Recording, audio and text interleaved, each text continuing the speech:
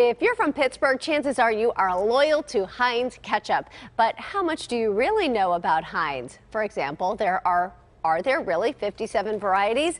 And what's the best way to get ketchup out of the bottle? Heinz History Center President and CEO Andy Masich knows the answers, and he's here to share some quirky Heinz history with us in today's edition of Pittsburgh History Today. Good to see you. It's good to be here. Yeah, it's Heinz ketchup time with all the barbecuing. Everyone's out there. They need their ketchup. They need their mustard. But what do they really know about Yes. those products? So it started here with H.J. Heinz. How long ago? Well, 1869 is when he formed his first company, but he had been selling horseradish that his mother jarred in their Sharpsburg home out of a wheelbarrow downtown when he was 10 years old. Oh my goodness. But by the time he was 25, he really got serious, and he came up with this Heinz and Noble company.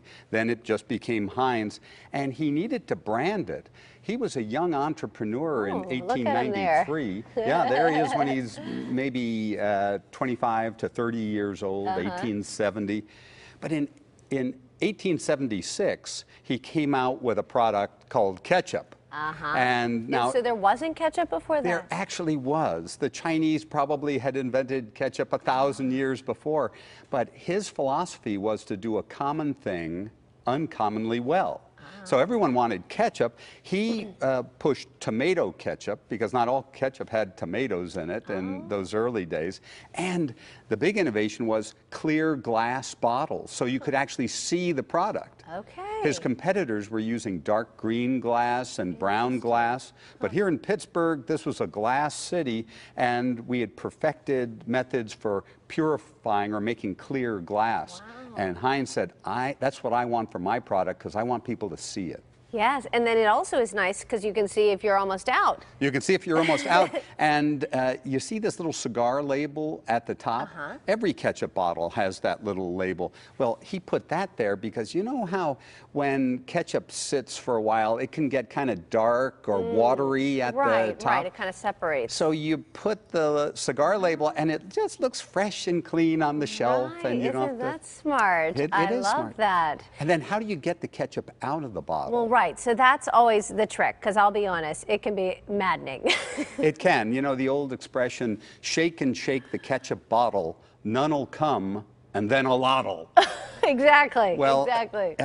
you know, people have all kinds of, methods. Some people say you got to hit it on the back. Right. Some people say, forget about it, just put a knife in there and, you know, kind of spear it out.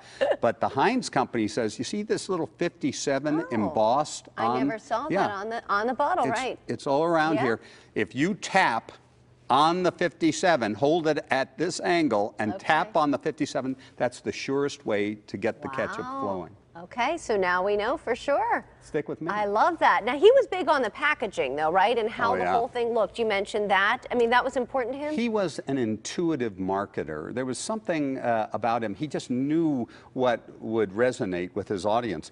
In 1893, at the World's Fair in Chicago, the same fair that had the Ferris wheel and Westinghouse's electric lights, he came up with the pickle pin idea, because he found that nobody was going up to the third floor of the exhibit hall where his exhibit, his pyramids of ketchup and horseradish were.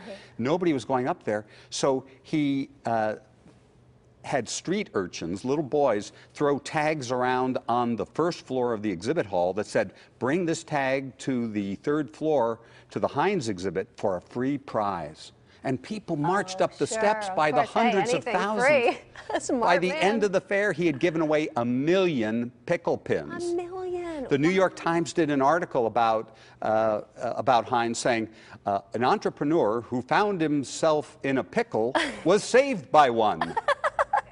What a great line. It was because of the pickle pin. Oh, that's fantastic. Now, the pickle pin is still popular, right? You can still get pickle pins when people come to the History Center. If they take the stairs, we give them a pickle pin. Oh, cool. And so you can see the history of pickle pins. You got to work a little bit for the pickle pin. You got to work, but and these are all different ones we're looking at? From 1893, the first one was actually a charm that hung on your watch fob. And then in later years, they added the pin back. So if you've got a cigar box box or jewelry box at home, you can probably find a pickle pin in it. I love it. Now, Heinz makes so much more than ketchup, and I love some of their slogans. Beans means Heinz. Yeah, in Great Britain, that's big. Really? People in Great Britain think that Heinz is a British company. Oh, it's so funny. global, and people are so in touch with their favorite Heinz product that there are over 1,000 products. Wow. But each continent and each country has their favorites. And in Britain, it's beans. So 57 varieties, true or not? 57 varieties. When